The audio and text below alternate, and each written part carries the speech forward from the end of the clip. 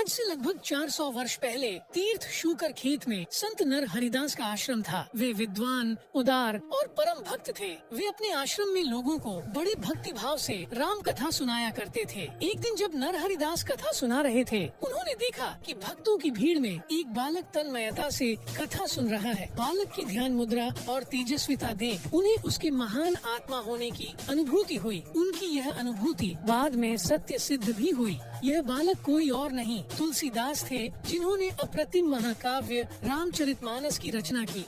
तुलसीदास का जन्म यमुना तट पर स्थित चित्रकूट में हुआ था। इनके पिता का नाम आत्मा राम दुबे तथा माता का नाम तुलसी था। तुलसीदास के जन्म स्थान को लेकर विद्वानों में मतभेद है। जन्म के कुछ ही समय बाद इनके सिर से माँ बाप का साया उठ गया। संत नर हरिदास ने अपने आश्रम में इन्हें आश्रय दिया। वहीं इन्होंने राम कथा सुनी। 15 वर्षों तक अनेक ग्रंथों का अध्ययन करने के पश्चात तुलसीदास अपने जन्म स्थान राजापुर चले आए। यहीं पर उनका विवाह रत्नावली के साथ हुआ। एक दिन जब तुलसी कहीं बाहर गए हुए थे, रत्नावली अपने भाई के साथ मायके चली गई। घर लौटने पर तुलसी को जब पता चला, वे उल्टे पांव ससुराल पहुंच गए। तुलसी को देखकर उनके ससुराली जन स्तब्ध रह गए। रत्नावली भी लज्जा और आवेश से भर उठी। उसने धिक्कारते हुए कहा, तुम्हें लाज नहीं आती? हाड़ मांस के शरीर से इतना लगाव रखते हो, इतना प्रेम ईश्वर से करते तो अब तक न जाने क्या हो जाते। पत्नी की तीखी बातें तुलसी को चुभ गयी। वे तुरंत वहाँ से लौट पड़े। घर द्वार छोड़कर अनेक जगहों में घूमते रहे। फिर साधु वेश धारण कर स्वयं को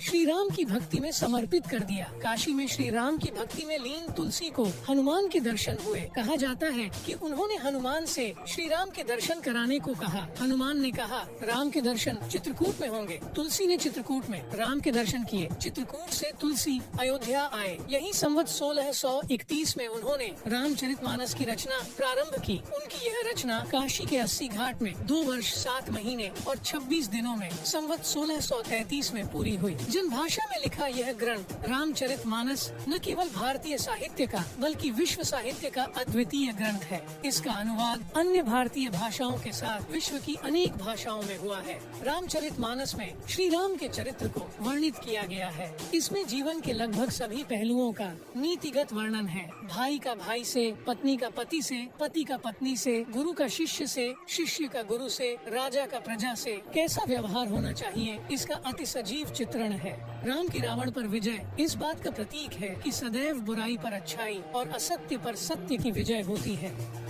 तुलसी ने जीवन में सुख और शांति का विस्तार करने के लिए जहाँ न्याय, सत्य और प्राणी मात्र से प्रेम को अनिवार्य माना है, वहीं दूसरों की भलाई की प्रवृत्ति को मनुष्य का सबसे बड़ा धर्म कहा है। उनकी दृष्टि में दूसरों को पीड़ा पहुँचाने से बड़ा कोई पाप नहीं है। उन्होंने लिखा है कि परहित सरिस धर्म नहीं भाई, पर पीड़ा सम नहीं अधमाई। रामचरितमानस के माध्यम से तुलसीदास ने जीवन की अनेक समस्याओं का समाधान प्रस्तुत किया है। इसी कारण रामचरितमानस केवल धार्मिक ग्रंथ न होकर पारिवारिक, सामाजिक एवं नीति संबंधी व्यवस्थाओं का पोषक ग्रंथ भी है। तुलसी ने रामचरितमानस के अलावा और भी ग्रंथों की रचना की है, जिनमें विनय पत्रिका, कवितावली, दोहावली, गीतावली आदि प्रमुख हैं। तुलसीदास समन्वयवादी थे। उन्हें अन्य धर्मों, मतांतरों में कोई विरोध नहीं दिखाई पड़ता था। तुलसीदास जिस समय हुए उस समय मुगल सम्राट अकबर का शासन काल था। अकबर के अनेक दरबारियों से उनका परिचय था।